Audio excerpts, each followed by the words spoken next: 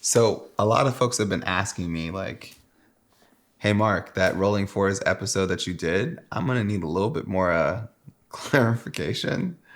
So here I am. Let's do it. I'm Mark Monroe, and this is your come up.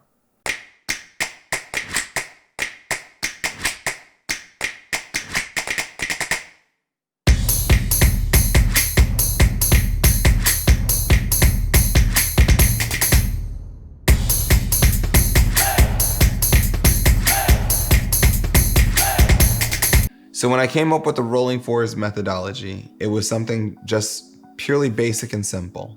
So every quarter, which is every 3 months is a quarter, you are going to deploy capital into your account, brokerage or IRA, and you will use that to make a trade that will be for an extended period of a year to roughly a year and a half within a 2-year trade. So the whole methodology is that when one trade comes to its end, another one is ultimately staggered, so that way you're pretty much getting out of positions over a staggered period of time. And thus you just keep the positions going. Now, all the while, you're making your money work for you. The goal is that when you look at it at the end of the period of time, then pretty much you have a nice little nest egg or a nice sizable investment return that you can use to either starting a business or going into retirement, whatever you may have, whatever your dreams are. Now, what makes the Rolling 4 strong is when it comes to saving. Now, some folks, they say, okay, hey, Mark, I've got a lot going on. It's hard for me to save. Now, wherever you start in your journey, that's on you. So, for example, one of the other things that you heard me talk about in that episode was called the 70-30. So when I mentioned the 70-30, it pretty much means out of the 100% of capital that you bring in, or 100% of your income that you make, 70% of that becomes saved and invested. A lot of folks believe this methodology of that you're supposed to consistently save, and to all those folks out there, by all means, congratulations. But then there's other folks out there that want their money to do something more than just sitting there in a glorified bank account collecting less than 3% in interest. Even if you want to have something safer versus doing an options trade for 2 years, you can even do, say, for example, buying stock. A lot of folks think that I'm all about options trading, and to a certain degree, I am an options trader. Majority of my portfolio is options. But at the same token, I also focus on the long term. And if you have a solid long-term strategy, which is putting money towards stock, then by all means go for it. If it works, it works. If it doesn't work, it's going to show you that it's not working very fast and you need to adjust. So when I say the 70-30, you take 70% of what you make and then you put that towards investment.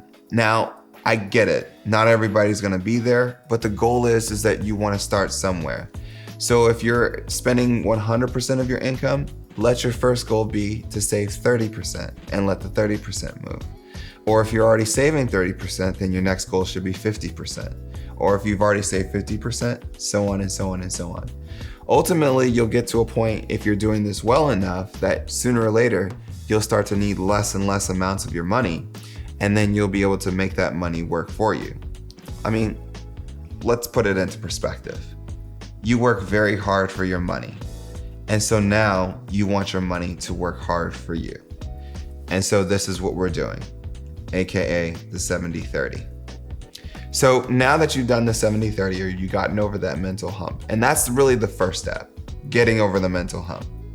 Let's do some YouTube magic real quick. A lot of times we are many times stuck when it comes to making decisions in our lives that we know that could be good for us, but we struggle. So here's what I want you to do. I want you to stand up. I know you're watching, you could be watching from your phone or from your computer or your screen, but what I want you to do is I want you to stand up, and then I want you to step away from whatever device, but listen to the sound of my voice. I want you to lean forward as far as you can. Just go ahead, just take a lean. As far as you can until you're on the brink of falling. Come on, you can do it. All right, so notice if you did this well, then pretty much you notice some magic that just took place.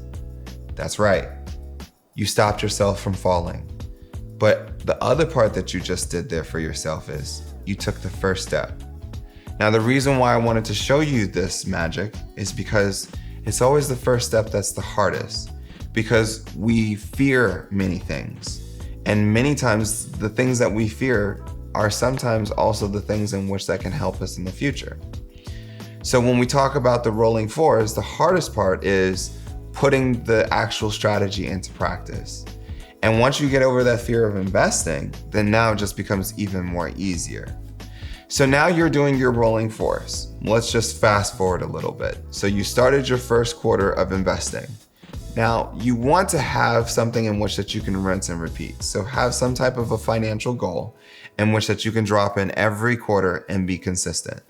The more that you start to build up more consistency and habits, the better off you'll be. So now you started off with your first investment. You made it for your first quarter. Now here comes the second quarter. Now you leave the first investment going because now we're in the second quarter. And what you're going to do is you're going to put that money to work. Now, all the while that after you've made your first trade, you should be tracking the market and also doing some research. And we talked about doing research, but you should be doing all that research to figure out what's going to be your next trade. Now that you are ready, after doing all your research and analysis, you're ready to make the next trade or the next investment. And again, from there, it's just a rinse and repeat. Now, when you get to the fourth investment, you'll start noticing that you're also staggering. So by the time when you finished up your fourth position, or when you've deployed your fourth set of capital, the very next quarter, not only are you going to be making another deposit to set up another wave of rolling fours, because I typically say it's about 2 waves, but you can do 3 or as many as you like.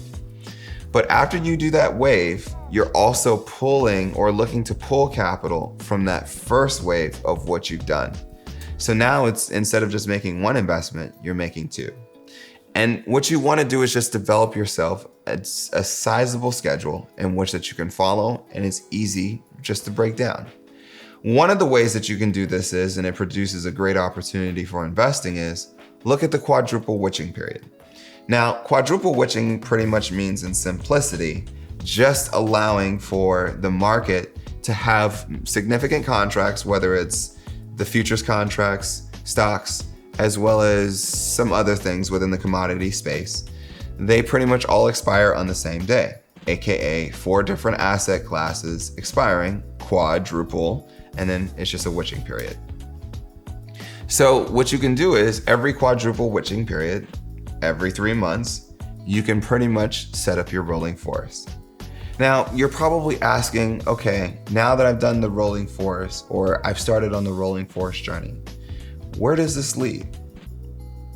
In reality, I'm not gonna sell you a bunch of hopes and dreams. Some of your positions will do well, and some of them may not. It's up to you to track them. Now, in a perfect world, all goes well. And if you're picking great positions, then you should do well. And that's when it goes back to just picking great companies. So now that we've done the quadruple witching period now, let's talk about the end game.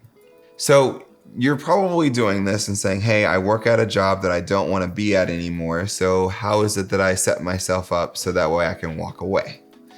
So if you've done your rolling fours and you've done it well and you've had the success, then the next goal is to start preparing yourself to go and retire.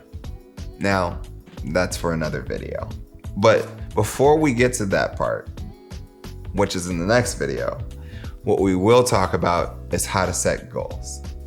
So here's a good way that you could set a goal if you don't want to do those significant types of goals. What you can do is you can actually set a 50% return, a 75% return, and a 100% return. These are good return goals if you're looking at stock. Now, of course, you can stretch them out even further if you like, because since you're holding the stock, it gives you more time and it's pretty much infinite as long as you're just holding the company and the company doesn't go over, or if it gets acquired, whatever.